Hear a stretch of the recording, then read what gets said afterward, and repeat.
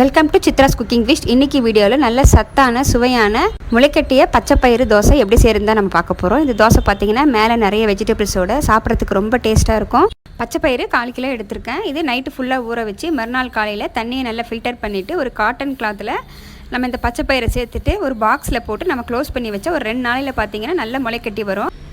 ஒரு சின்ன துண்டு இஞ்சி, 1/2 டீஸ்பூன் சீரகம், காரத்துக்கு 2 பச்சை மிளகாய், ஒரு கைப்பிடி அளவுக்கு கொத்தமல்லி சேர்த்துக்கிறேன்.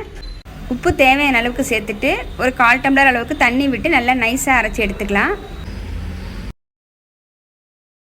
இப்போ நல்லா நைஸாக இந்த அளவுக்கு நான் அரைச்சி எடுத்துருக்கேன்.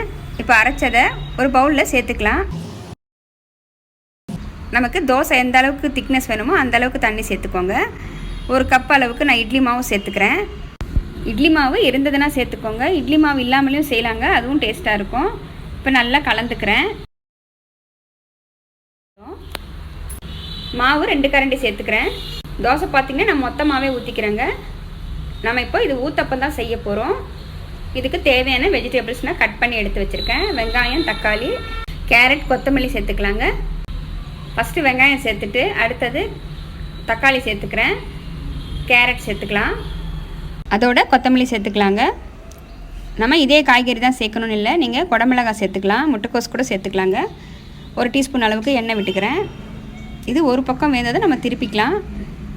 லைட்டாக இது போல் ப்ரெஸ் பண்ணிக்கலாங்க. அப்போ தான் அந்த வெஜிடபிள்ஸ் எல்லாமே நல்லா தோசையோடு ஒட்டி வரும். அவ்வளோதான், நம்மளுடைய ஹெல்த்தியான முளைக்கட்டிய பச்சைப்பயிறு தோசை இப்போ ரெடி ஆயிடுச்சுங்க. நீங்கள் குழந்தைங்களுக்கு கொடுக்குறதா இருந்தால் மேலே நீங்கள் பன்னீர் துருவல் கூட சேர்த்துக்கலாங்க. அது இன்னுமே ஹெல்த்தியாக இருக்கும். எப்பவும் ஒரே மாதிரியான டிஃபன் செய்யாமல் இது போல் ஹெல்த்தியாக செஞ்சு சாப்பிடுங்க.